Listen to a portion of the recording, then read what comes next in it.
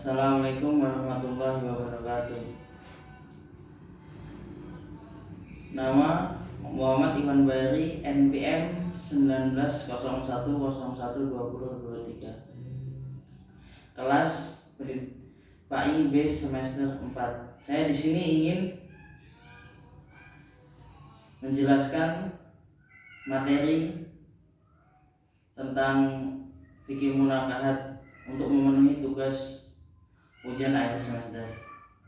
Yang pertama jadi walimatul urs. Walimatul urs atau yang lazim dikenal sebagai pesta pernikahan adalah jamuan makan yang diselenggarakan berkenaan dengan pernikahan. Biasanya walimatul urs dilaksanakan setelah akad nikah. Kata walimah berasal dari kata al-walamu yang dalam bahasa Indonesia bermakna pertemuan. Dan di dalam kamus ilmu fikih disebutkan bahwa walimah itu adalah makanan pernikahan atau semua makanan yang ditujukan untuk disantap para undangan. Kemudian kedua, kata al-urs. Kata al-urs terdiri dari 3 huruf Arab, ain, ra, dan sin. Karena posisinya sebagai mudhof ilaih, maka ditambah alif lam ma'rifah. Jika ditulis dalam bahasa Arab menjadi al-urs.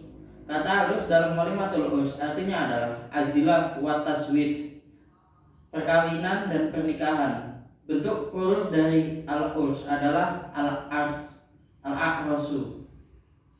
Jadi al-urs artinya perkawinan dan pernikahan. Sedangkan al-ursi terdiri dari 3 kata, ain, ra, dan sin. Jika dirangkai menjadi urs. Kata ursun dalam kamus bahasa Arab berarti sama dengan al-adan, al-udun atau telinga. Pandangan hukum Islam, para ulama ahli hukum Islam fikih bersepakat bahwa mengadakan pesta pernikahan hukumnya adalah sunnah muakkadah, yakni sebuah perbuatan yang dilakukan oleh Nabi Muhammad SAW, dan karena itu dianjurkan bagi sang suami yang merupakan seorang laki-laki atau rasyid dan wali suami yang bukan rasyid. Kemudian waktu penyelenggaranya tidak ada batasan tertentu untuk melaksanakannya, namun lebih diutamakan untuk menyelenggarakan walimatul urs setelah duhul, yaitu setelah pengantin melakukan hubungan seksual setelah akad nikah. Hal itu berdasarkan apa yang selalu dilakukan oleh Nabi SAW, yang juga tidak pernah mengadakan walimatul urs kecuali setelah duhul. Kemudian hukum menghadiri walimatul urs.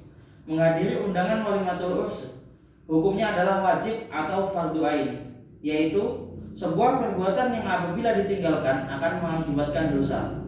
Ada pendapat lain yang mengatakan bahwa mendatangi sebuah walimatul urs merupakan sebuah fardhu kifayah, yaitu sebuah perbuatan yang apabila orang lain telah mengerjakannya, maka orang yang lain tidak wajib untuk melakukannya. Mereka beranggapan bahwa esensi dan tujuan adanya sebuah pernikahan adalah untuk memberitahukan kepada masyarakat bahwa pasangan ini telah menikah dan membedakannya dari perbuatan zina. Kemudian yang selanjutnya yakni kewajiban suami terhadap istri. Akad pernikahan dalam syariat Islam tidak sama dengan akad kepemilikan. Akad pernikahan diikat dengan memperhatikan adanya kewajiban-kewajiban di antara keduanya. Dalam hal ini, suami mempunyai kewajiban yang lebih berat dibandingkan istrinya berdasarkan firman-Nya, akan tetapi suami mempunyai satu tingkatan kelebihan dari istrinya.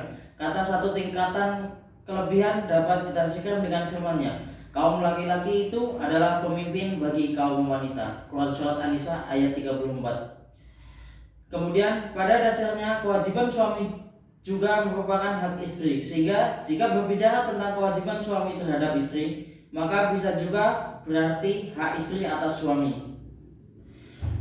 Kewajiban adalah segala hal yang harus dilakukan oleh setiap individu, sementara hak adalah segala sesuatu yang harus diterima oleh setiap individu. Dari definisi di atas, penulis menyimpulkan bahwa kewajiban adalah segala perbuatan yang harus dilaksanakan oleh individu atau kelompok sesuai ketentuan yang telah ditetapkan. Menurut Abdul Wahab Khalaf bahwa hak terdiri dari 2 macam, yaitu hak Allah dan hak Adam. Dan hak istri atas suami tentunya merupakan dimensi horizontal yang menyangkut hubungan dengan sesama manusia sehingga dapat dimasukkan dalam kategori hak Adam. Adapun yang menjadi hak istri atau bisa juga dikatakan kewajiban suami terhadap istri adalah sebagai berikut. Kewajiban suami kepada istri ini mahar. Menurut Mutafadibul Biha, mahar adalah harta benda yang harus diberikan oleh seorang laki-laki kepada perempuan karena pernikahan. Kemudian nafkah, pakaian, dan tempat tinggal. Nafkah berasal dari bahasa Arab an-nafaqah yang artinya pengeluaran, yakni pengeluaran yang biasanya dipergunakan untuk sesuatu yang baik atau dibelanjakan untuk orang-orang yang menjadi tanggung jawabnya. Kemudian fuqaha telah mendapat bahwa nafkah terhadap istri itu wajib atas suami yang merdeka dan berada di tempat. Mengenai suami yang berpergian jauh, maka jumhur fuqaha tetap mewajibkan suami atas nafkah untuk istrinya. Sedangkan Imam Abu Hanifah tidak mewajibkan kecuali dengan putusan penguasa. Tentang kewajiban nafkah ini telah dijelaskan Allah Subhanahu wa taala dalam Al-Qur'an surat Al-Baqarah ayat 233. Yang selanjutnya, menggauli istri secara baik. Menggauli istri dengan baik dan adil merupakan salah satu kewajiban suami terhadap istrinya, sebagai firman Allah dalam Al-Qur'an surat An-Nisa ayat 19. Selanjutnya, menjaga istri dari dosa. Sudah menjadi kewajiban seorang kepala rumah tangga untuk memberikan pendidikan agama kepada istri dan anak-anaknya agar taat kepada Allah dan Rasul-Nya. Dengan ilmu agama, seorang mampu membedakan baik dan buruknya perilaku dan dapat menjaga diri dari perbuatan dosa. Selain ilmu agama, seorang suami juga wajib memberikan nasihat atau teguran ketika istrinya hilang atau lupa, atau meninggalkan kewajiban dengan kata-kata bijak yang tidak melampaui hati istri, sebagai firman Allah dalam surat At-Tahrim ayat 6. Kemudian memberikan cinta dan kasih sayang kepada istri, sebagai firman Allah Subhanahu wa taala dalam surat Ar-Rum ayat 21. Dapat juga dimaknai sebagai bahwa seorang suami wajib memberikan cinta dan kasih sayang kepada istrinya yang terwujud dalam kelakuan, perkataan yang mampu membuat rasa tenang dan nyaman bagi istri dalam menjalankan fungsinya sebagai istri sekaligus ibu rumah tangga. Adapun bentuk perlakuan tersebut bisa berupa perhatian, ketulusan, keromantisan, kemesraan, rayuan, sedauruan, dan seterusnya. Dan materi yang selanjutnya, kewajiban istri terhadap suami. Kewajiban istri terhadap suami yakni taat kepada suami. Menaati suami merupakan perintah Allah Subhanahu wa taala sebagai yang tersirat dalam Al-Qur'an surat An-Nisa ayat 34 sebagai berikut. Kaum laki-laki itu adalah pemimpin bagi kaum wanita. Oleh karena Allah telah melebihkan sebagian mereka di atas sebagian yang lain wanita, dan karena mereka laki-laki telah menafkahkan sebagian harta mereka, sebab itu maka wanita yang solehah ialah yang taat kepada Allah dan memelihara diri ketika suami tidak ada. Oleh karena Allah telah memelihara mereka. Wanita-wanita yang kamu khawatirkan nusyusnya, maka nasihatilah mereka dan pisahkanlah mereka di tempat tidur mereka dan pukullah mereka. Kemudian jika mereka mentaatimu, maka janganlah kamu mencari jalan untuk menyusahkannya. Sesungguhnya Allah Maha Tinggi lagi Maha Besar. Kemudian mengikuti tempat tinggal suami. Setelah menikah biasanya yang jadi permasalahan istri dengan tempat tinggal, karena kebiasaan orang Indonesia pada masa-masa awal pernikahan, suami istri masih ikut di rumah orang tua salah satu pasangan, lalu kemudian mencari tempat tinggal sendiri. Dalam hal ini, seorang istri harus mengikuti di mana suami tempat tinggal, entah itu rumah orang tuanya atau tempat kerjanya. Kemudian menjaga diri saat suami tidak ada. Jadi seorang wanita yang sudah menikah dan memulai rumah tangga, maka harus membatasi tamu-tamu yang datang ke rumah. Ketika ada tamu lawan jenis, maka yang harus dilakukan adalah tidak menerimanya masuk ke dalam rumah kecuali jika ada suami yang memberi izin atau ketika ada suaminya di rumah. Kemudian nafkah, kiswah, dan tempat tinggal bersama. Dalam buku syariat Islam, kata nafkah mempunyai makna segala biaya hidup merupakan hak istri dan anak-anak dalam hal makanan, pakaian, dan tempat kediaman serta beberapa kebutuhan pokok lainnya.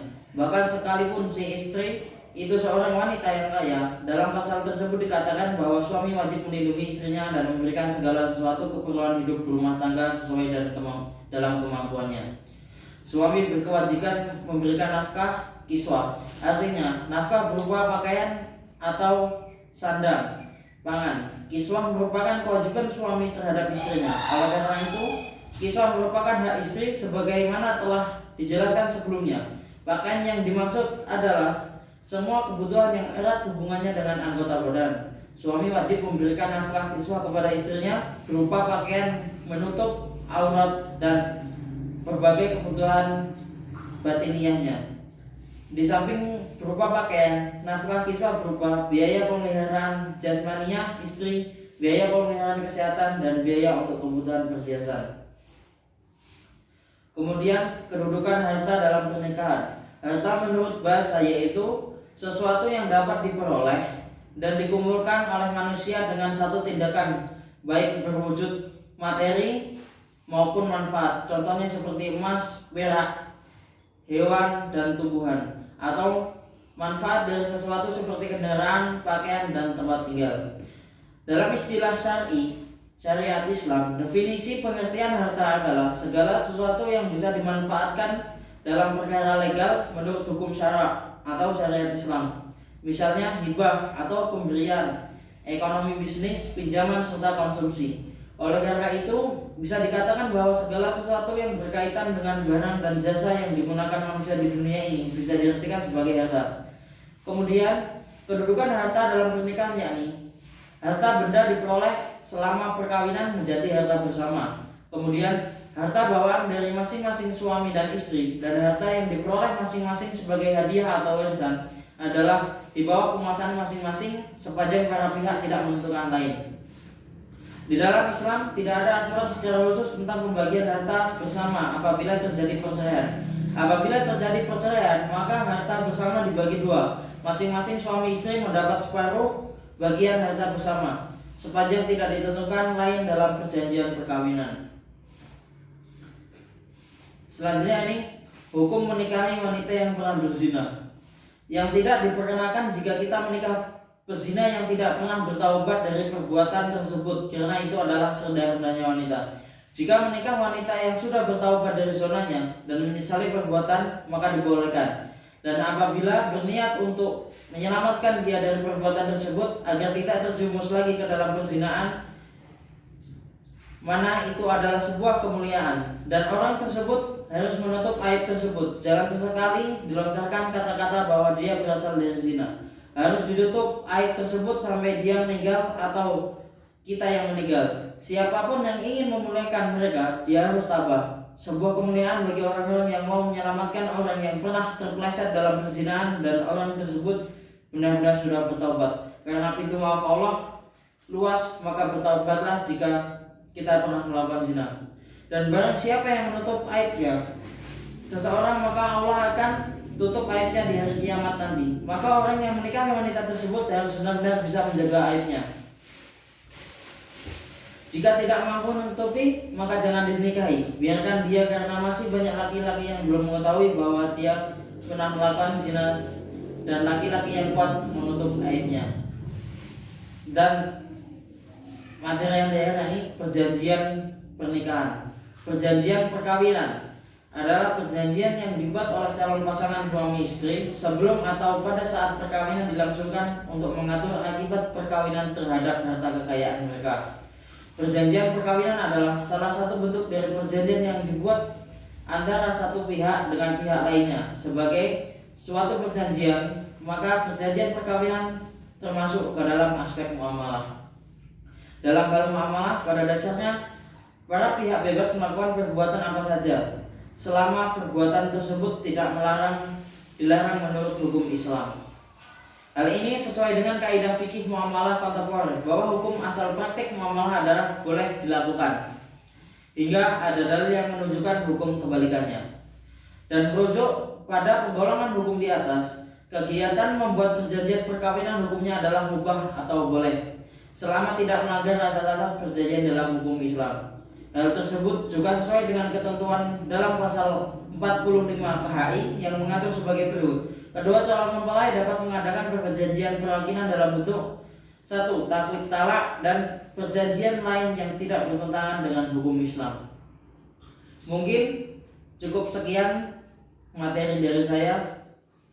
Bila ada salahnya saya mohon maaf dan saya mohon ampun kepada Allah. Cukup sekian. Wassalamualaikum warahmatullahi wabarakatuh.